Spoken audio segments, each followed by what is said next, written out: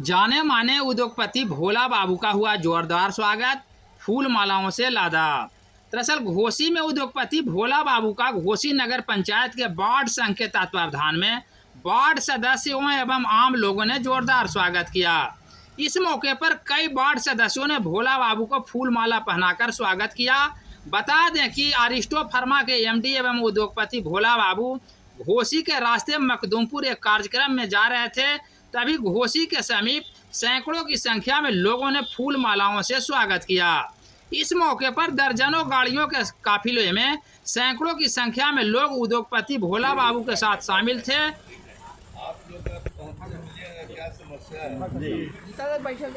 अभी आए नहीं जाना है। 5 मिनट बैठे। मुखिया जी हुए, घोसी के मुखिया जी हुए, मुखिया तो ठीक है, आप लोग घोसी के है तो मिलिए और कैसे क्या करना है वो लोग डेवलप करेंगे। लेकिन सारे आप लोग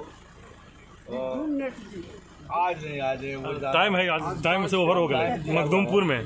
तो आप हमसे आज शाम में नहीं तो कल मिलिए। कल भी तो नहीं ना, कल भी नहीं, आज शाम के, आज शाम के।